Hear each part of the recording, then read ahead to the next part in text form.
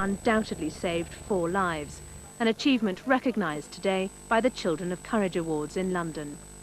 I feel happy about the award, but other children have suffered horrific injuries and I haven't. I've just flown an aircraft and done my job. Remarkably, Joe hasn't been put off flying, and yes, he does want to be a pilot when he grows up. The Prime Minister has taken up the case of a Wakefield man jailed for trying to kill his foster father who'd sexually abused him. Wayne Hood was abused by Terence Jarvis over several years. His family say not all the evidence was considered at his trial. Phil Connell reports. The sentence passed on Wayne Hood has caused concern in both Wakefield and Westminster. Will the Prime Minister support the call for a review of Mr Hood's sentence? And while not condoning what Mr Hood did, hasn't he been treated very harshly by the courts in view of his background and circumstances? In reply, the Prime Minister said he was prepared to discuss the case further, offering fresh hope tonight to Mr Hood's family. At last, I think we've been heard, and Wayne needs a chance in life, because he's never had a chance in life. And at least now it's been acknowledged, and, you know, only things can get better. Things can never get worse. Well, that's all for now. Join me again at the same time tomorrow night if you can. Now here's weather with Michael Fish. From all of us here, a very good night. Good evening. It's going to turn much colder across much of the country in the next day or so. We're going to lose these mild southwesterly winds, and these raw east and northeasterly ones will continue to push further and further south, and that means to say we're going to see some quite sharp frost as well. More or less frost-free tonight, frost setting in the north tomorrow night, and then spreading on southwards during the next few days, so some pretty sharp frost to come just about everywhere by the weekend. The reason this area of low pressure will move across, the high pressure will squeeze into Scandinavia, and in between the two we're going to get those easterly winds, and we all know what easterly winds are like at this time of the year. In the process, the battle taking place at the moment is producing quite a lot of rain, and not only rain, there's some sleet or snow in the north over the hills there. Somewhat clearer weather is going to creep down into the north of Scotland during the rest of the night. Heaviest rain ending up in northern England and down the eastern slice, sort of misty, drizzly weather for Northern Ireland, much of Wales and the southwest eventually. Quite a mild night, although as that clearer weather comes down to the north, so you'll see temperatures dipping below freezing. The north tomorrow, bright, just the odd wintry shower, some sunshine.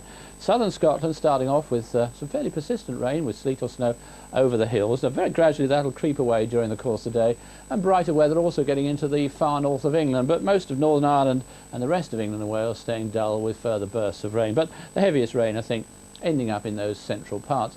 Quite a mild day, not quite as mild as it was in the south, but nevertheless not too bad, but feeling colder in the north as that raw northeasterly wind continues to pick up.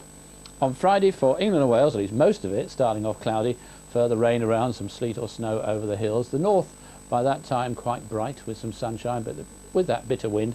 And that brighter weather creeping a little bit further southwards during the course of the day, eventually into northern parts of England and Wales, as we saw, some frost in the north on Friday night. And then into Saturday again, the process continues. Still some cloud, though, near to the south coast, but much of the country by then in the much brighter weather, in the much colder weather, and then some sharp frost to come on Saturday night. A very good night to you. It's a Welsh Christmas for the Whitby Leisure Centre team. The name of the game is... Survival! Out in the wilds. Can I tempt anyone to a spot of water rat? Where only the strong survive. 142 miles to do before tea. Best get started! And Gordon Brittas can but try. Come on, let's keep moving. Stop hanging around at the back. A Christmas special of the British Empire. Christmas Eve at 6:30 on BBC1. Excellent! And there's a look at some of the festive comedies in the Radio Times Christmas and New Year double issue, together with complete listings for all television and major satellite channels.